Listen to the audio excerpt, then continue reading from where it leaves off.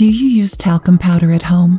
Many people use it to get rid of oiliness in the hair, remove grease stains from clothes, on babies, and many other uses.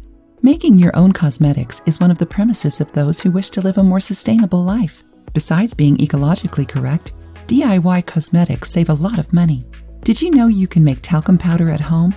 If you like this idea, check out this homemade talcum recipe to get rid of your stinky feet naturally. Enjoying the video? Then give it a like and share it with your friends. You can also contribute to the channel through the thanks button. Don't forget to subscribe to be notified of any new videos. Write down the ingredients. 2 tablespoons cornstarch, non-toxic. It prevents excessive sweat and avoids the proliferation of the bacteria that cause bad smells.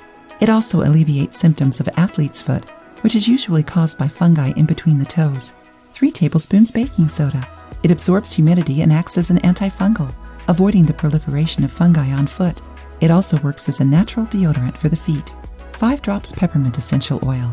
It has antiseptic and antimicrobial action that protects the skin against fungi and bacteria. It also gives a nice aroma to your feet and a fresh, clean sensation. Put the cornstarch into a glass container. Then add the baking soda and mix well. Add the essential oil. Mix again and transfer to a bottle. Apply the talcum powder inside your shoes and let it act overnight. In the morning, remove the excess powder and wear your shoes. If your skin is too sensitive, you can skip the baking soda. If you want to add it, always wear socks with your shoes and remember to remove the excess talcum from your shoes. Keep the mixture in an adequate container in a cool place. Besides absorbing sweat and humidity, this DIY talcum powder keeps your feet fresh and dry, avoiding smells.